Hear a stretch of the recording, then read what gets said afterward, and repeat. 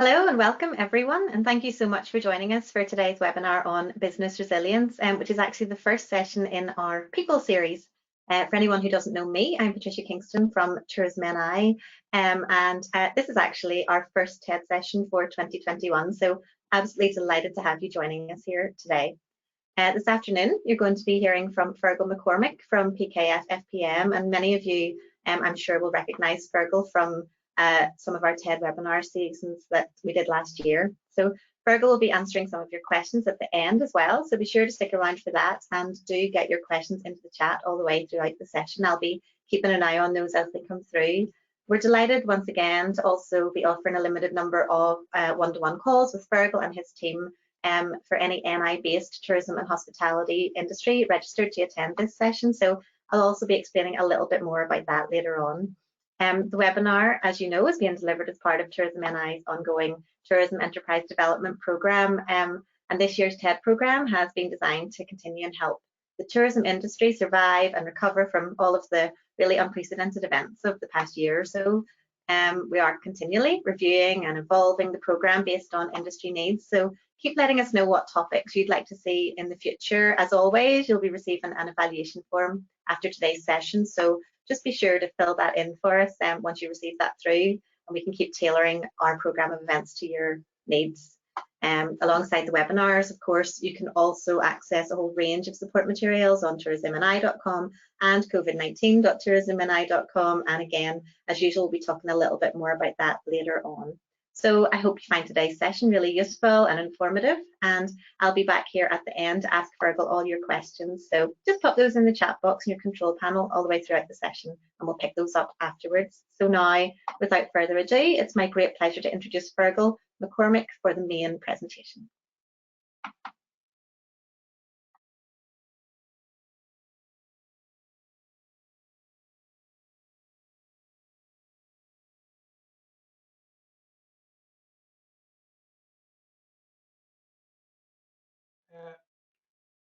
Thank you very much, Patricia. And as Patricia said, my name is Fergal McCormick, and I'm Managing Director of PKF FPM Accountants. I'm delighted to welcome you to today's webinar, which is on incorporating leadership and business resilience into business models to overcome current extraordinary uncertainty for Northern Ireland tourism businesses. The webinar is being delivered as part of Tourism Northern Ireland's new Tourism Enterprise Development Programme. And at the outset, may I say that the slides should act as an aid memoir and will be available after the webinar. And I may not necessarily talk in detail on each slide. It is recognised that the coronavirus pandemic in particular, and also Brexit, has placed extraordinary demands on leaders in business, especially in the tourism and hospitality sector. This webinar will endeavour to outline and hopefully provide some practical tips on how a strong leadership and business resilience culture can help override uncertainty instead of indeed being overpowered by it. At the outset, we'd also like to highlight that it is acknowledged that one-to-one mentoring may be available to enhance knowledge and understanding of specific elements of today's webinar. And Patricia will come back to that again later on. The evolving coronavirus pandemic and indeed Brexit means that we are currently living in an unprecedented and extraordinary times in terms of uncertainty and volatility in economic activity. This especially applies to the Northern Ireland tourism and hospitality sector, which, as we all know, has seen large periods of lockdown over the past 11 months. And whilst it is acknowledged that the UK government and the Northern Ireland Executive have brought in business supports to help businesses and employers, which no doubt will help, the truth is that by design, these could only partly help. And it's very difficult to predict future market dynamics. Because if you think about it, we're now faced with triple COVID-19 uncertainty, even after 11 months. Firstly, around the coronavirus disease itself. Secondly, its economic impact. And thirdly, the ways in which the pandemic has and will affect people's behaviour. Now, hopefully the availability of vaccines will significantly improve the situation, and certainly, to be fair to the UK government and the Northern Ireland Executive, good progress is being made with the vaccines to date. Now, the evolving uncertainty around the implementation of Brexit and the Northern Ireland Protocol, which we all know in the last few days has certainly gone very high up the agenda in terms of Europe and UK governments, has added to the challenges of incorporating strong leadership and resilience into business models. Now, more than ever, we need empathetic and compassionate leadership which engages, listens, connects, and indeed displays flexibility, understanding, and sensitivity to get people's businesses over these difficult times, and yes, they are difficult, and lead them through the current uncertainty, hopefully to a new, exciting reality. And if you think about it, that reality currently is that we must plan in the short term for living with and post-COVID-19, and adjusting also, obviously, for the new Brexit and Northern Ireland Protocol. From an economic perspective, things will be different.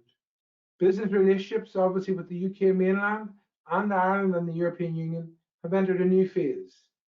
And from a COVID-19 perspective, some behaviours and attitudes will have changed. There certainly, I believe, will be a greater demand to accelerate digitalisation.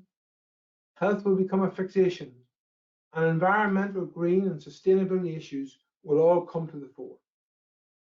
Now, in the context of resilience planning and protecting your assets and mitigating your risks, the most important leadership controls are how we behave and how our businesses behave, and how we integrate agility and adaptability into our business models going forward by creating a resilience-based framework. It's fair to say that right now, to alleviate workplace fear, it is paramount that business leaders focus on being objective, transparent, effective, and above all, authentic.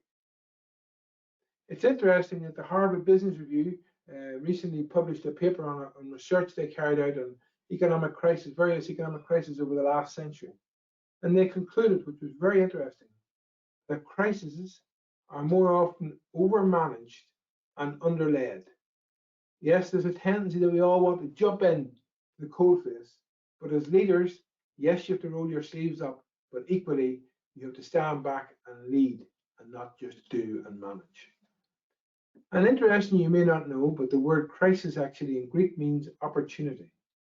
And I would suggest to you as we go through this webinar today, that we need to focus on the observations and indeed experiences and hopefully some positive changes that we have adapted due to the COVID-19 pandemic. An endeavour to embrace change and identify and exploit business opportunities going forward. Now, through this webinar, we hope to make successful leaders and businesses even more successful. Because the fact you're in the webinar, quite often you're in that top 10% because you're thinking of continuous improvement. By sharing with you some practical tips on proven best business resilience practices. Hopefully, some things you won't read in the textbooks. We all recognize that no performance is good enough. We have to set the bar high and embark upon an ongoing journey of continuous improvement towards business improvement, business excellence, and organizational excellence. Yes, no matter how small our business, no matter what our current marketplace is at present, we need to think globally about our business. We need to observe what's happening elsewhere in the world relative to what we do in business. And we need to look at the opportunities and threats and be prepared to change with changing circumstances. Agility and embracing change are key to survival. And I make no apology for saying to you as we go through this webinar, those two things we'll come back to regularly in different forms. In our experience, to be honest, successful leaders have a hunger for success. Some might say it's a fire in their belly, an eye for opportunity, are good team players, and have huge reserves of confidence and persistence. Leaders must embrace lateral thinking and resilience, and a resilience approach to help their businesses sidestep, survive, and perhaps even capitalize from these turbulent economic times. So what do we hope to achieve from today's webinar? Very simple. We hope that by the end of the webinar, you will have a greater understanding of implementing a resilience framework within your business culture and business model. We hope that we will have highlighted to you the importance and practicality of interacting leadership and resilience planning. We hope that you will got some feel for strategies for survival, recovery, and indeed exploiting business opportunities for your business. We certainly will help you apply some helpful business tools as you go forward with your business. And we'll certainly carry out a very brief overview of the impact of Brexit on your business as of now. And finally, we'd hope to conclude going forward with optimism, with the shoulders open, that we leave you with the confidence to say that whatever happens around us, we will have confidence in our team to lead change and to go forward with hope and confidence.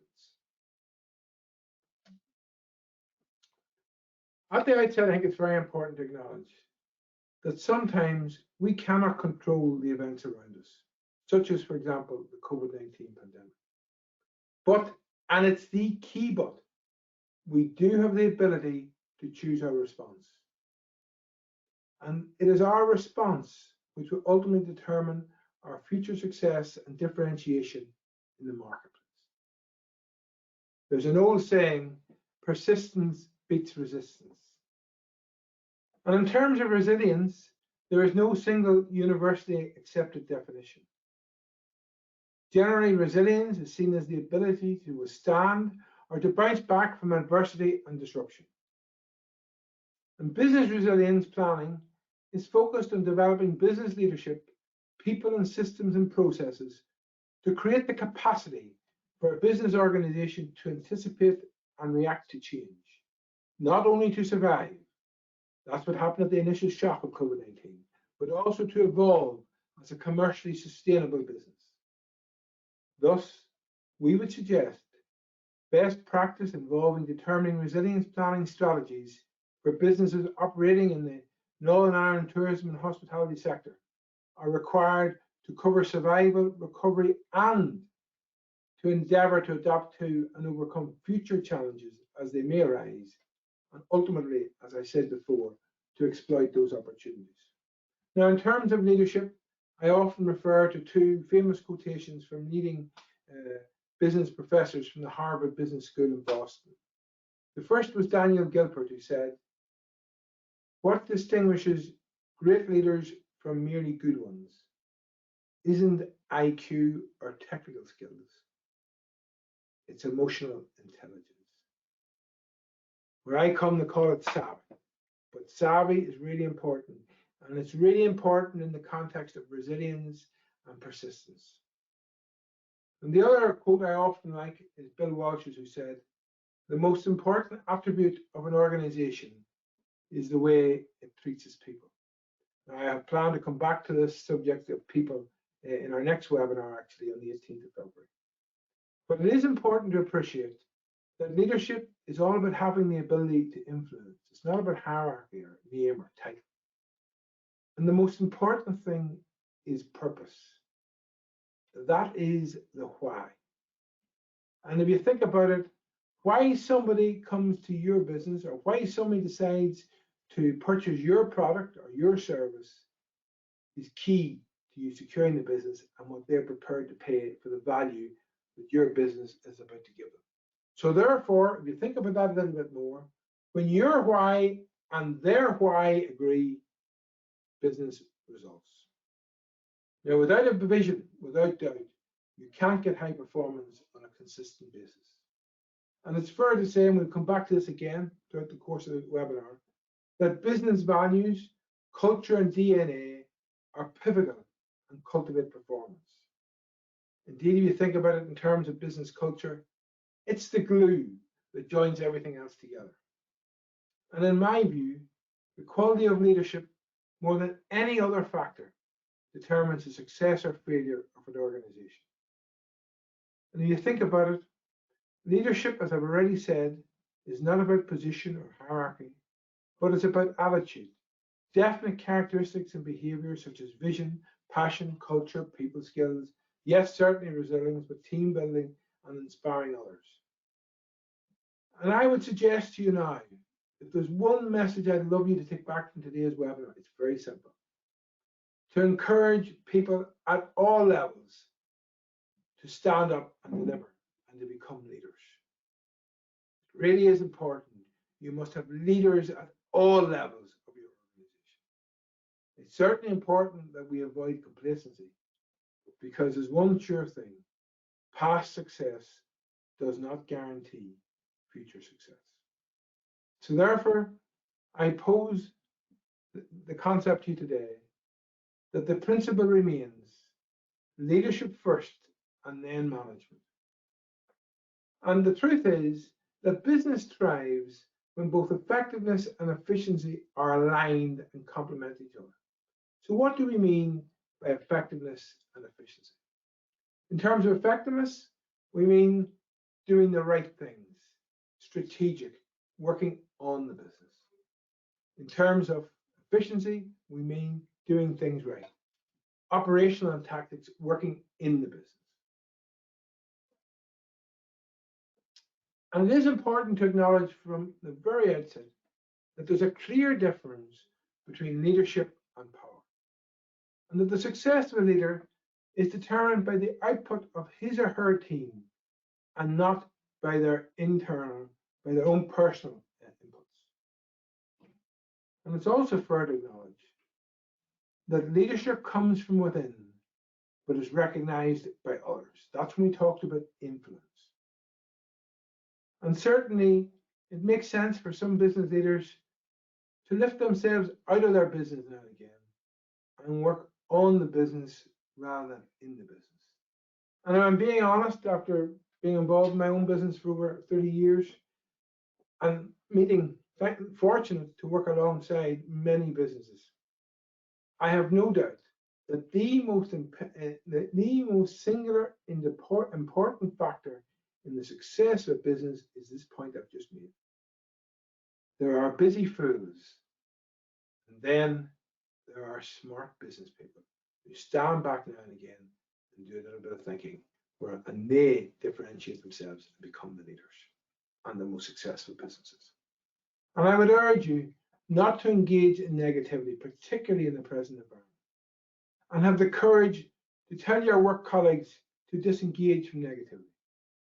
I was hosting a Teams meeting the other day, and to be honest with a client and his management team, and to be honest with you, I joined the meeting. I was so frustrated by the negativity of the meeting. I said, we'll take a break for 15 minutes. If you don't think you can come back with how you plan to create solutions, please don't join the meeting. Thankfully, the meeting was transformed and we had a great second half. But really what we've been saying all along, and we'll continue to say, that leadership in the corporate setting is centered on the ability to deliver change.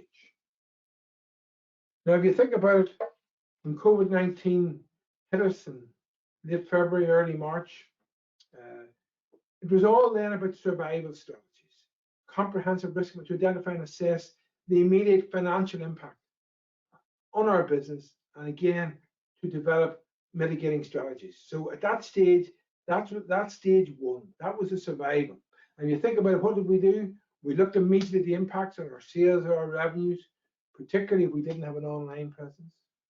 We looked at the whole area of staff availability, with the restrictions on people's movement, or indeed their health, or indeed their commitment to homeschool working, or if we're being honest, going forward, perhaps will furlough make some people, particularly who work in the tourism and hospitality sector, where there's a lot of seasonality and can be long working hours, will furlough create a culture that maybe people have started to enjoy their weekends and enjoy their time, and maybe won't be as committed to the hours they would have worked in the past. Similarly, in respect of supply chain, you think about it, within hours we were all sitting down, ringing our suppliers to see would we be able to continue to supply us, indeed how we could maybe even pay them. Had we a problem paying them? Could we come to some arrangement with them? And particularly suppliers in terms of getting product in, who basically were located in an area badly affected by COVID. Equally, obviously now in the Brexit context, supply chain is important. And then in terms of finance, particularly if our cash flow was low, well, cash all of a sudden was king. We had to look immediately at our fixed costs and see what costs we could now just completely stop, because our scale of operations was going to be fundamentally changed. And indeed, then similarly with variable costs. So we looked at our expenditure. We then looked at our debtors getting money in. We then looked at our creditors paying people.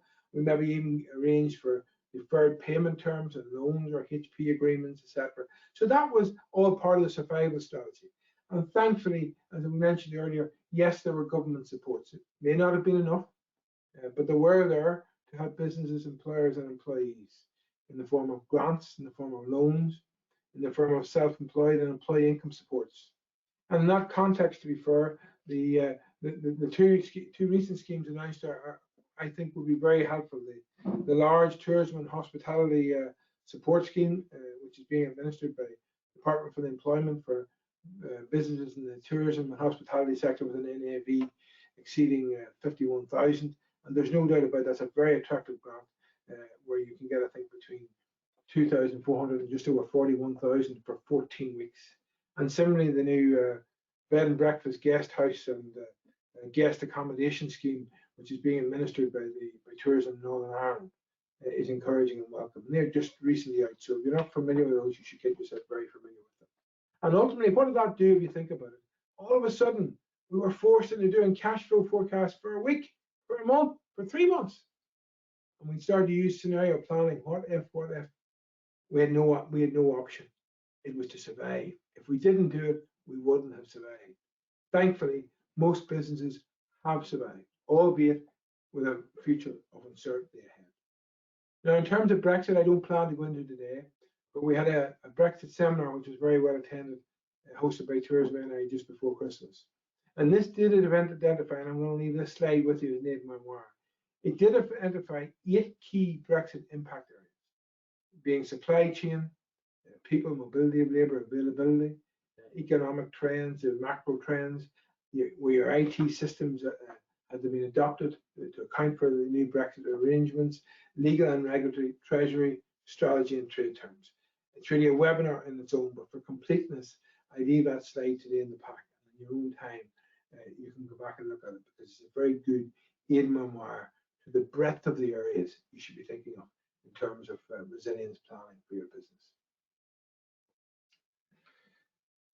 Now, I don't know whether any of you were reading the papers at the weekend, but the world-renowned Edelman Trust Barometer has recently reported that across the 4 pillars of society, business, government, non-government organizations, and media, trust has declined, driven, to be fair, by a year of unprecedented disaster and turbulence, principally caused by the COVID-19 obviously pandemic and its mismanagement, the economic crisis, the global outcry over systematic racism, and political instability. And the result has been a failing trust ecosystem. In a reversal from previous years, business has become the most trusted of the 4 pillars, and has been, thankfully, a challenge for all of us, handed a mandate by the mass public to rebuild trust and chart a new path forward. Addressing these challenges, rebuilding the world economy, our health and safety, climate, and human relationships will require a renewed commitment to trust and a recognition by you and me and all of us in business that trust is the foundation for stakeholder capitalism. Now, over a number of webinars, I think you'll recall that I've made this next comment so often, but it's so fundamental that we regularly must stop and pause and realize this situation. That our present circumstances do not determine where we go. They merely determine where we start. And whether we need to go for a walk and clear the head to get that message in, and then come back with enthusiasm, that's a really important message. Tons of examples. Barack and Michelle Obama started in very humble circumstances, finished up with the most powerful family in the world at one stage. So in terms of navigating a pathway to recovery, coming out of the current COVID-19 lockdown, there is an opportunity for businesses within the Northern Ireland tourism and hospitality sector to deploy unconventional thinking, to navigate a pathway out of the current economic mess, and hopefully to re-engineer a risk management strategy of the 3 R's: reset, refocus, and rebound faster, incorporating a range of actions to allow business to respond as effectively as possible to, unfortunately, what continues to be the evolving COVID-19 pandemic environment. So what do we mean by that? Well, in terms of reset, identify your goals to align your business model to the new normal. In terms of refocus, encourage the power of the right mindset. Mindset is something we're going to come back to later on. Really, really important. Important we work on it, because let's be very fair about it. It's easy in the current environment to become very anxious, stressful, and even perhaps to become mentally ill. So the right mindset, ensure the mental well-being and personal wellness your own personal wellness, in order to try and remain strong, focused, and empowered. And it's fair to say there's very few of us who don't get the odd low day. But the truth to that is, always remember, future days can be better and will be better. And keep working on positivity. And in terms of rebound, what we're really suggesting here is in terms of resilience. Re-engineer the business through simple strategies to rebound faster, better, and stronger during, as we're going to be now, and after the COVID-19 crisis has passed. Now, in terms of the context of that, I think it's important to appreciate that a business can't just open its doors again and start business. It will need a business continuity and recovery plan.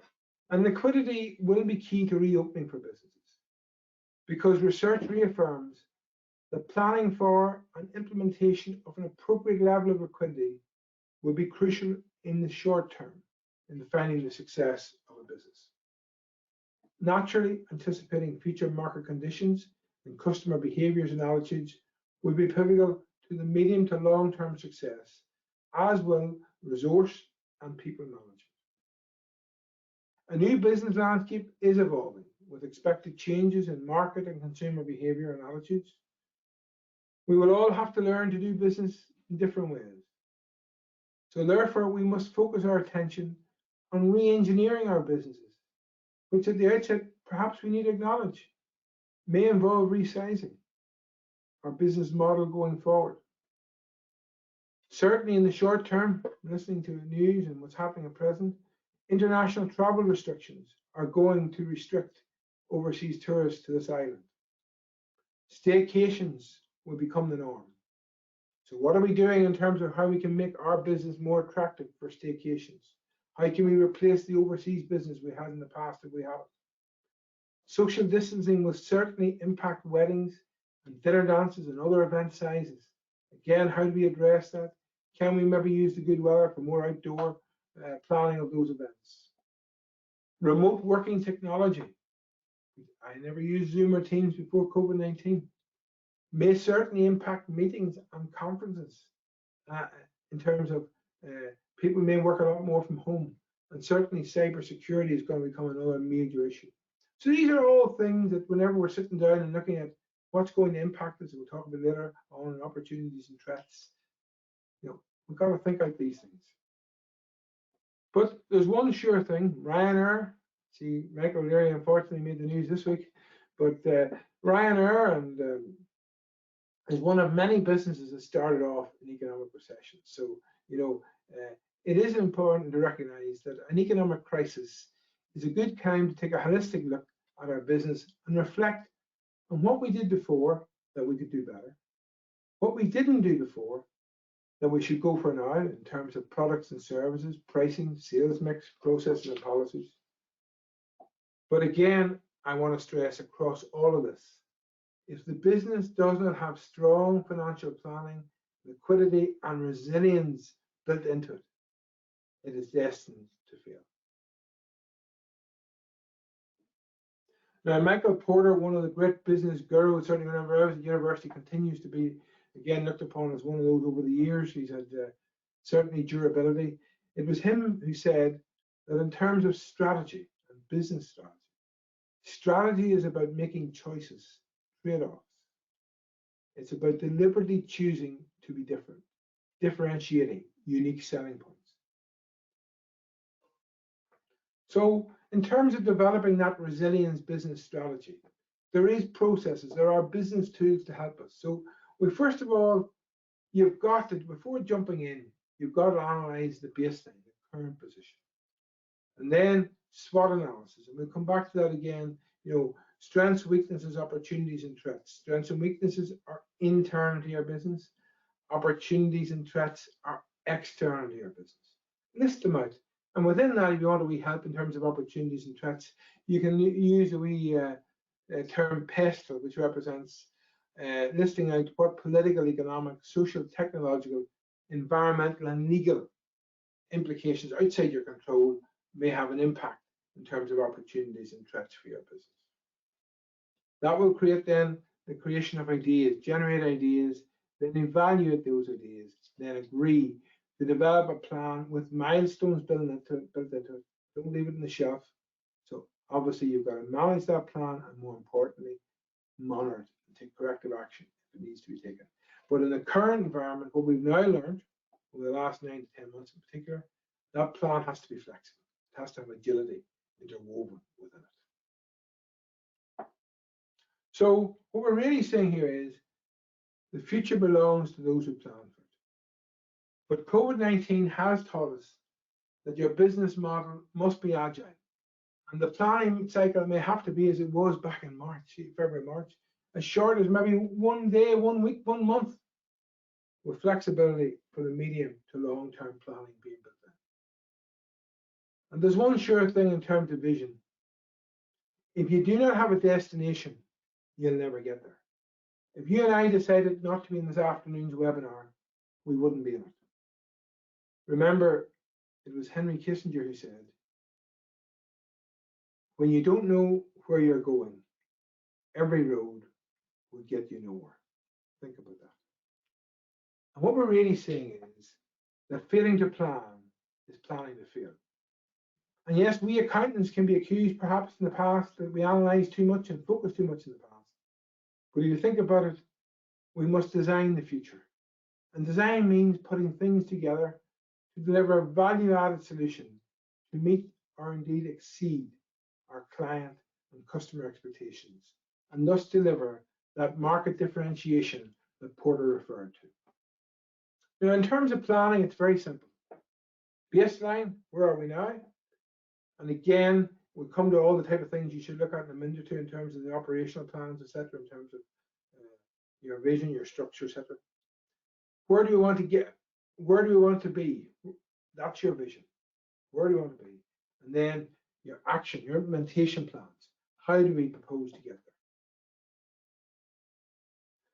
there? In previous webinars, I've highlighted this, and I do it again simply for the purpose. It's a very good aid memoir to talk about some of the subject matters.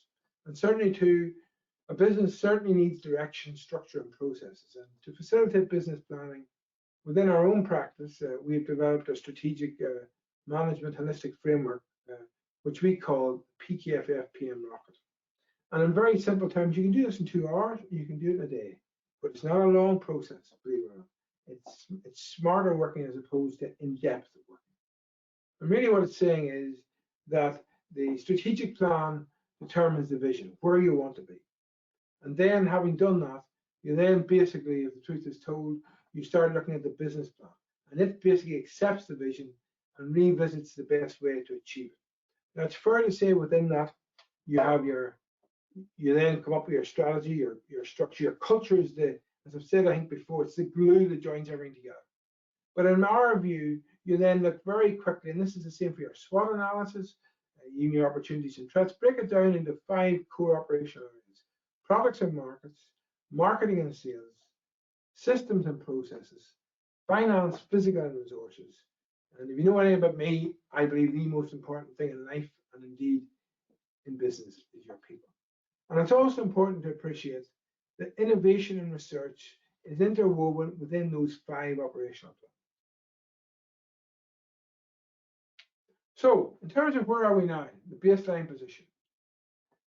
This is not just as easy as you might think. I've given you some suggestions here to pause for a little second and think this out. What's your current governance structure? Is it fit for purpose going forward? What's the legal title of your business? Is it a sole trader? Is it a partnership? Is it a limited company? What should it be? Is it a not-for-profit organization? Very, very important if it's a limited company. Please, please, please make sure you have a shareholders agreement to cover key decision-making in terms of the ownership of the business. And if it's a partnership, please make sure you have a partnership agreement. Personally, as a business, as an advisory business, we won't retain any client. We ask them to go elsewhere if they haven't got a shareholders or a partnership agreement within 2 years. And the reason for that is too often I'm pulled in to try and sort them out. Really important for the sustainability of the business going forward, the resilience of the business, that you have those two things in place. Again, have a look at your employment contracts, your supply chain agreements, your subcontractors, your off payroll working, very important. IR35 at present, again, a topic for a separate webinar, but just be conscious of the importance. And then in a previous Tourism NI webinar, we talked about the whole importance of benchmarking and KPIs. I've currently gone through this process recently with a significant business in the Northern Ireland tourism sector. And it was amazing when we paused and actually benchmarked various key performance indicators against norms for the industry. How that gave us a few things to think about. How it highlighted, for example, that maybe that we went after turnover at the expense of profitability. Maybe we went after turnover at the expense of changing unintentionally some of the clientele of the business, which actually had a knock-on effect on what we were trying to achieve. So very interesting. Certainly try and estimate and work out. Remember, we showed you how to do this in a previous webinar. It'll be on the Tourism NI webinar website. How to estimate to calculate your break-even position. We talked about the SWOT analysis before. Then you got to look at, this is all baseline.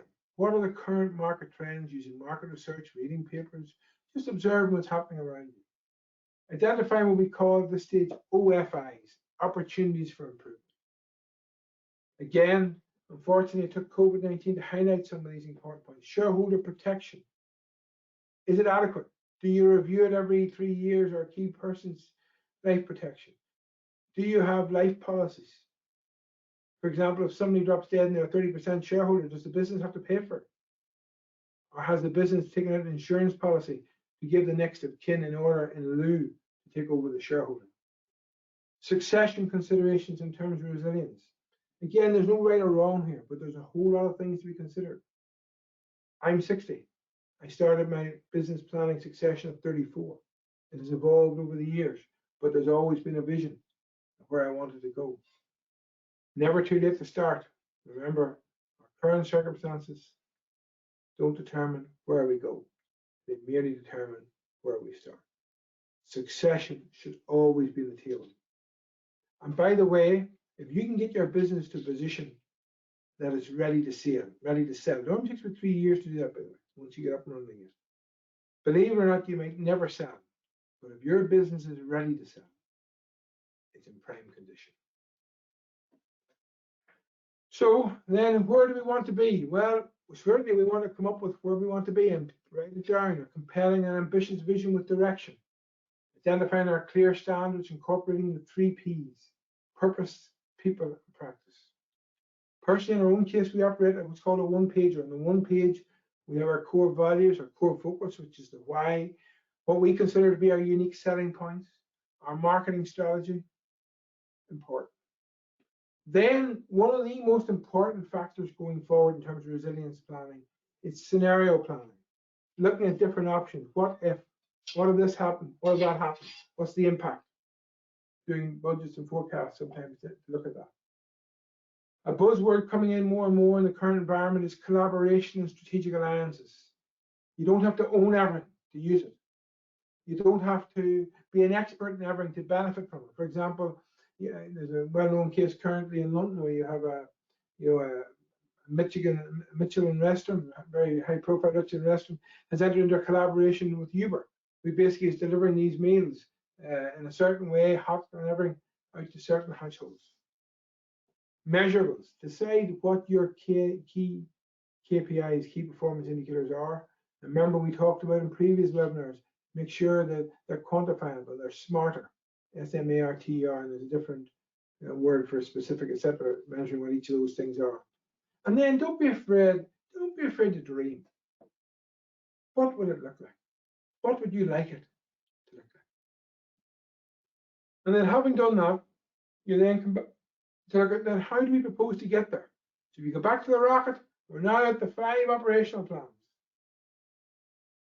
And I would suggest, I'm going to come back to this shortly, that going forward, it's going to be very important to lead change through working smarter to ensure future commerciality and sustainability. We're going to come back to that. Action plans for the 5 core areas we talked about. Monthly and annual flexible budgets. Flexible budgets is the key thing. Nothing fixed in stone. Real-time management information is becoming more and more important. And believe it or not, thankfully, the software is out there to help you to develop dashboards. Personally, we operate in our business a 90-day clock. Annual targets, but 90-day rocks. We find 90 days is just about right because it can get really action quick and pace, is agreeing what you want to do in the next 90 days, writing it down, and then reviewing it after 3 months.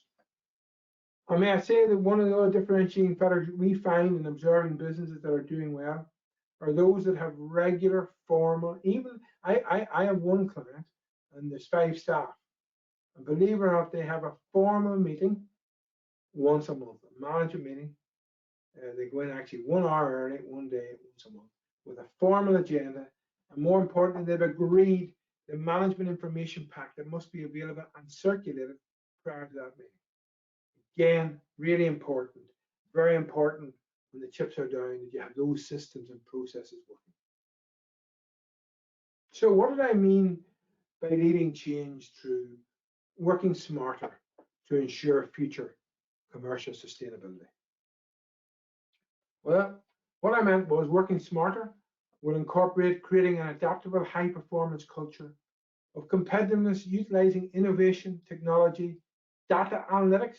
Data analytics, listen to that. That's a really important word going forward. That's going to become more important in all your businesses. And flexible work practices. And opting for solutions that emphasize health and safety and minimize unnecessary travel while reducing carbon emissions.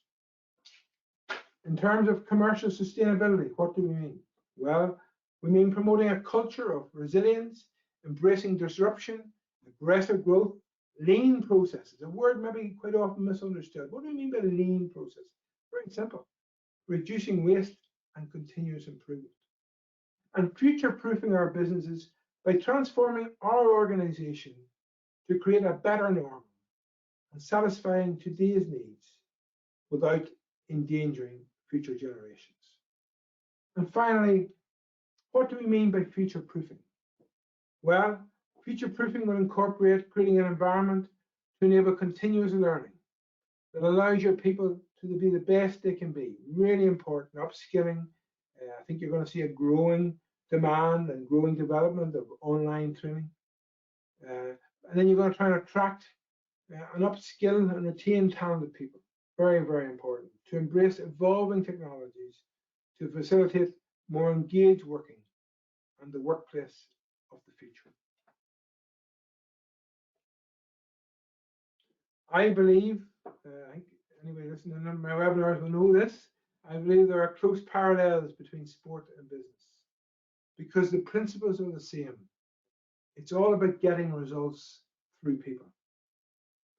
And believe it or not, similarly in his best-selling book, Enda McNulty, he called the book Commit, Make Your Mind and Body Stronger and Unlock Your Full Potential. Enda McNulty, for those who don't know, is a pretty high-profile sports psychologist, was key to Ireland's Triple Crown and etc. Very successful, defeating the All Blacks, etc.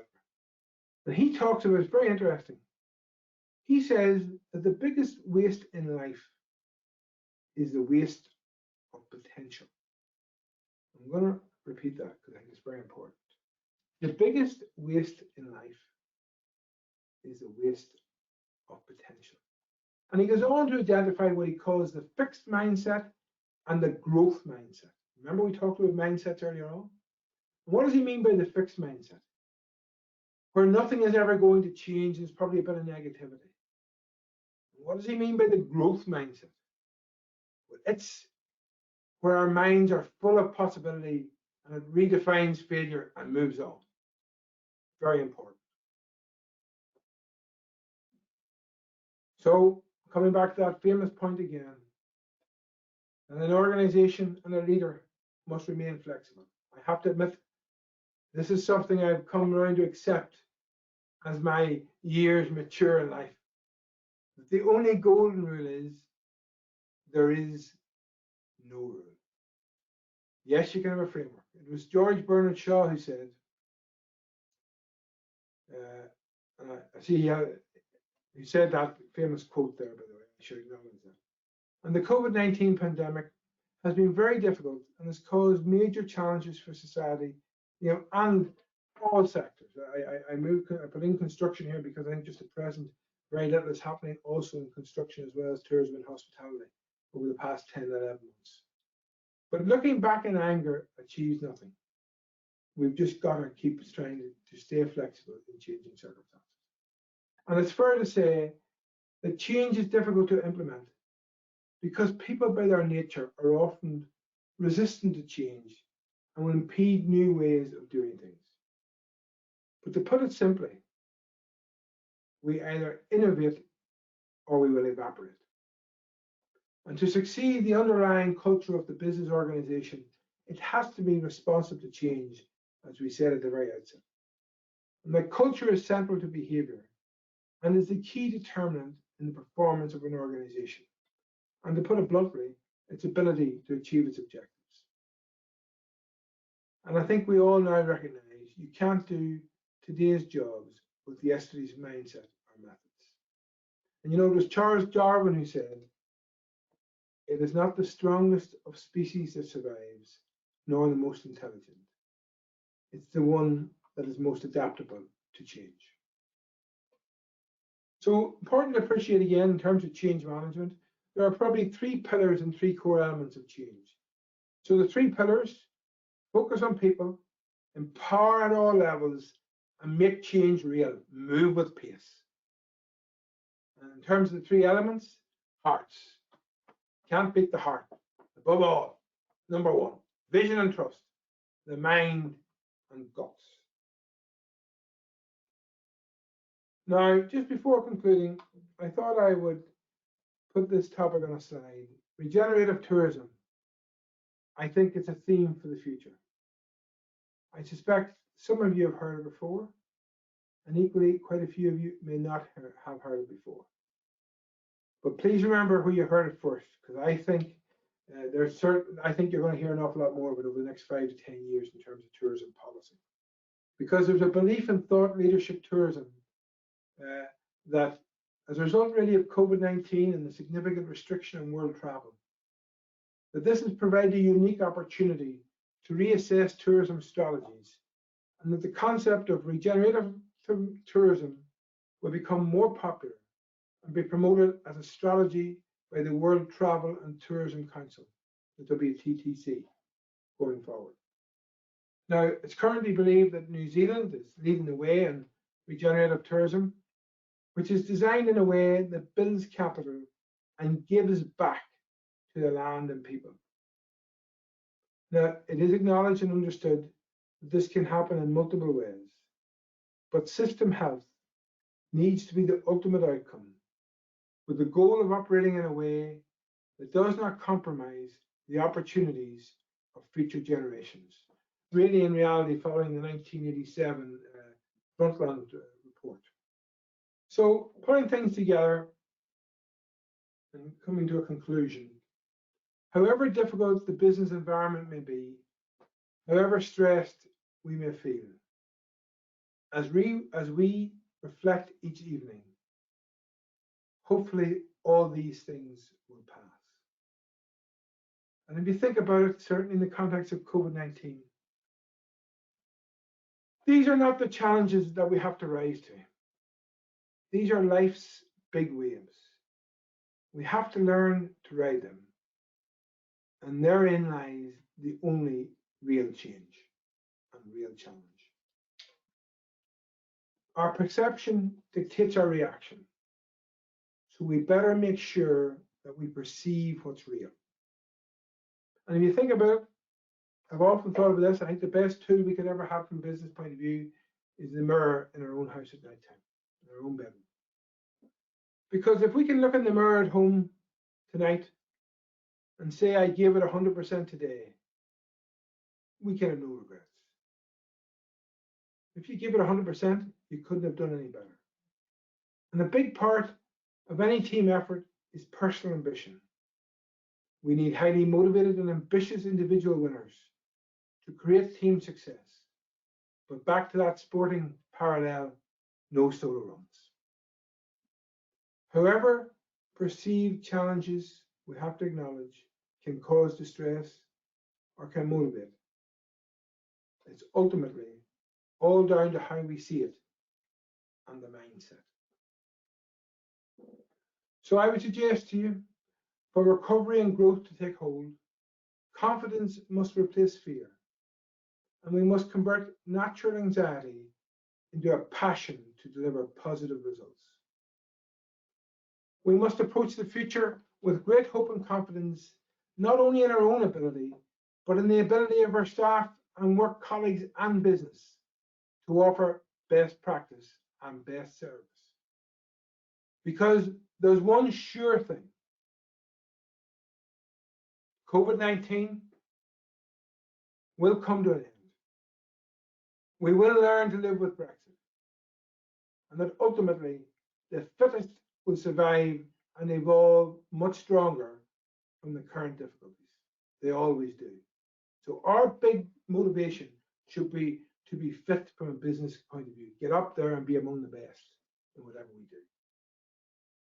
I share Steve Jobs' view that the only way to do great work is to love what you do. Yes, success starts with passion, and successful, passionate leaders are a living example of their vision. They don't just talk about it, they live it. They deliver.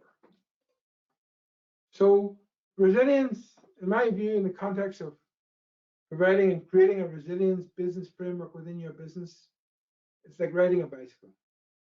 We've got to keep pedaling, because if we stop, we'll fall off. We must keep moving forward and never be complacent with people, talent management, and processes. Believe it or not, it is important we never get complacent, and we should retain a constant state of nervousness and focus on relevance, sustainability, and that all-important word that we talked about earlier on, trust. So my concluding thoughts on leadership and resilience. As sure as night follows day, individuals and businesses make choices every day. Leadership, individual and business actions matter and can be a force for change. So let's all try and make every moment count. Let's try and be smarter.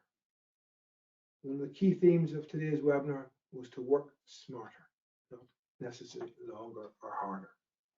And going forward, I suggest to you very strongly that ethics must be embedded at the heart of business. And although we must embrace new technologies with pace, where in the past we perhaps asked the question, can we do it or can I do it? The more important question going forward is, should I? Rather than, can I? Remembering Dr. Martin Luther King's famous quote, the time is always right to do what is right. Going forward, leading change to create a resilience business framework, I would suggest that the heart, and we focused on this earlier on, the heart, and passion that every team needs is driving each other on, setting standards, and working on themselves to get better each day by demanding honesty and accountability. I thank you for joining me this morning, and I'd now like to pass back to Patricia, and hopefully we can have a good question and answer session. Over to you, Patricia.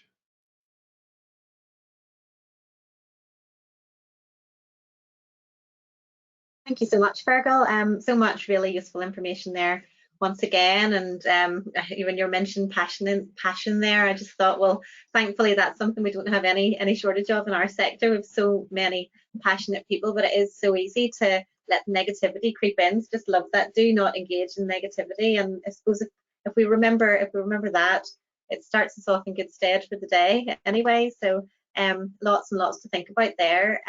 Just a reminder for any industry joining us today, as always, we'll be sharing a recording of the session with you all, so you can review it again at your leisure. I know there was a lot to take in there, but you can watch that again, or even just skip through if there was a bit you wanted to go and have a look at in more detail. I'll also be sharing some of your questions with Fergal very shortly. So if you do have a question and you haven't popped it into the question section there, it's just on your control panel of the webinar. So do feel free to put any little questions in there if you have those.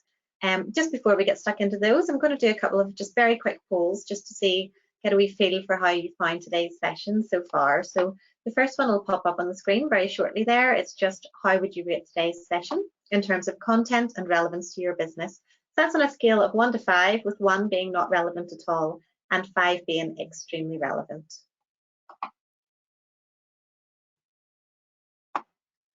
Just give you a chance to make your little selection there.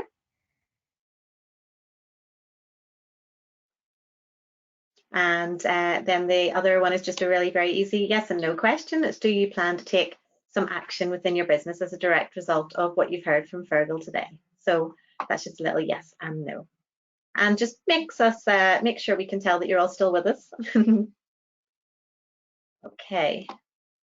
And as I mentioned earlier, we'll be issuing a short survey via email after this session as usual. So your feedback is just so useful to us. It means we can be sure we're delivering the topics that you guys need. So grateful if you can take a few minutes to complete that whenever you have a moment. It'll come through on a little email a little bit later on. So now, without further ado, I'll welcome Fergal back and we'll get started on a couple of questions here. So hi, Fergal. Thank you so much for that. Patricia, good to see you again. Yes, absolutely. This is the first time I've seen you this year. I think we're in February. Is it too late to say Happy New Year? Just a little bit. We always take happiness in our part of the world. I've got a wee question here from someone who's a small business. Fergal, they're wondering how can they apply the business tools that you referred to in your presentation to in the small business scenario. Would you be able to shine a bit of light on that for us? Yes, sure. I think actually it's a very important point, Patricia, because I did probably more astute planning when I was a 4 and 5 man operation where I am now, whatever it is, 120 or 130. And the reason is that actually, we talked about the heart and the passion. That's nowhere more evident in a small business. But equally, if there's one little thing that we want to do, it's to pause now again, to take ourselves out of the business. And those 10 minutes, that 20 minutes can ultimately have such an impact on the business long term. And the one tool, it's so simple. To be honest with you, it's probably the most misused tool in business is this thing called the SWOT analysis. And very few people really understand what it is, actually. Very few. People can tell you what it is, but they don't understand how to operate. And that is because SWOT analysis, strengths, weaknesses, opportunities, and threats. Believe it or not, if you can focus on those and then from that move forward with action plans, you can immediately put a lot of things into place. So what do we mean by strengths and weaknesses? Well, really important, these are things within the control of you and your business. And rather than quickly have it over in 2 seconds, pause a little bit and go back, for example, to the rocket and the slides. And there was 5 operational plans. There was also things like strategy, etc. But let's take the 5 operational plans first of all. Well, it was sales and marketing. What are our strengths and weaknesses? And you go through each one of them, whether it be your products, whether your services, whether it actually be, it's great to hear a dog. It's lovely to hear a dog in the outside tourism world today, Patricia. Somebody said, actually, I was told to tell you that before, give that dog a bit of food, but I'm ignoring that dog. I mean, what we're really saying here is then you get to, and you just go through the 5, and then you look at succession, you look at governance, and you pause. You make that list quite large and you say, what are the strengths and what are the weaknesses for my business at present and where I want it to go? And then you go to the next stage, which is actually the real challenging stage, which is opportunities and threats. And Patricia, you said to me about the tools. That tool, PESTA, again, is very useful. What political decisions outside my control could affect my business? Similarly, what economic decisions? What social decisions? What technological things outside my control? What environmental things? And finally, what legal restrictions coming in outside my control? There's nothing sophisticated in that, but that's equally as applicable to the one-person business as it is to the 2,000 business. And actually, if we can get into that model of pausing every now and again and saying, how can we improve these? We all hear about lean, lean manufacturing, and there's books galore written on it. But I hope I covered it very simplistically in the presentation. But it is quite simple if you think about it. How do I reduce waste? And how do I achieve continuous improvement? Now, is somebody telling me because they're a small business, they can't address that? Not at all. They have the ability, far easier than the business, to implement change immediately. They have the ability, because only them or one or two people, to get out there quick, get a bit of fresh air and come back in and say, here, this is what we're going to do in the future. And by the way, it won't be perfect, and go back and change. But never be put off by the size of your business. Some of the best businesses in the world are small. And some of the most successful large businesses today started off as one-man businesses or one-woman businesses. So small to me can be beautiful. It's the quality of the business that's more important. Absolutely, I couldn't agree more. And certainly within our sector, it's made up with so many really small but really innovative businesses. So it's those guys that that really keep everything going and bring it all to life. So yeah, and I suppose the thing is, so many of us have heard of the, you go to a training course and they tell you to do your SWOT analysis, they tell you to do your PESTLE analysis, and you write down all the notes about it. But you're right, you don't necessarily remember to apply that day to day, and it's straightforward to do if you just take a bit of time to do it. So fantastic, great. We have. Oh, sorry, go ahead, Fergal. Yeah, just go back to Patricia. I'm being honest here. I can honestly say that 70% of most SWOT analysis I review don't understand SWOT analysis. That's all I'm saying to you. And I review quite a lot of it, because the first thing I do in a strategic review, I ask the people at different organizations or different levels within them to do a SWOT analysis, and you'd be shocked the amount of them. It's very evident from reading what they produce on the sheet of paper. They don't understand SWOT analysis. Yeah. So if it's done right, it can be effective. It just needs to be done right. We've got someone here. Their business is currently closed on lockdown with the current lockdown, and obviously there's so much uncertainty at the minute about when they can reopen and when certain things can reopen. So if you're closed and on lockdown at the minute and you don't know when you can reopen, they're really saying, is there much we can do at the minute? Can you do anything, or should you just wait? What do you reckon, Fergal, on that one? Oh, no. There's so much you can do now. I mean, like, think of us whenever we're busy. We'd love to say, God, we got a couple of minutes to pause here. We could put this out. This is the time. Again, I put a different hat on my head, and I'm not talking about COVID, by the way. But some of the most successful businesses I observe are businesses that nearly went bust or even did go bust, and people learned the lessons. So COVID has given us time as well. Albeit none of us ever wanted it. We certainly didn't want our business to be locked down. And I think it's also important in the context of what I'm saying. I wouldn't want in any way to understate the very difficult impact that COVID is having on business. So, I mean, I acknowledge that. So I don't want that to be misinterpreted. But really, it is good time to pause. Is my business currently the right structure? Are there things we did before, looking back, we may not do now? I certainly am observing some businesses at present, the tourism sector and hospitality sector, who are doing things different that now they never did before. Now, maybe, again, it's back to, I think we said in one of the slides, is there things we did before we'd like to do better now, or maybe not do at all? And equally, is there things we haven't yet done that maybe now we'd like to give it a go? But just think of life policies. We talked about life policies. This is something people say, oh, life policy, what does that mean? Well, again, let's be honest, when did the business last look at the life policies? Was the business valued at maybe at 20,000 then? Is it now worth $1 million? If somebody owns 50% of the business, and remember, death doesn't respect age, and all of a sudden they're knocked down, we're not mentioning COVID, but they're knocked down by a car tonight, can the business afford to pay their next of kin 50%? Or does the business go out of existence?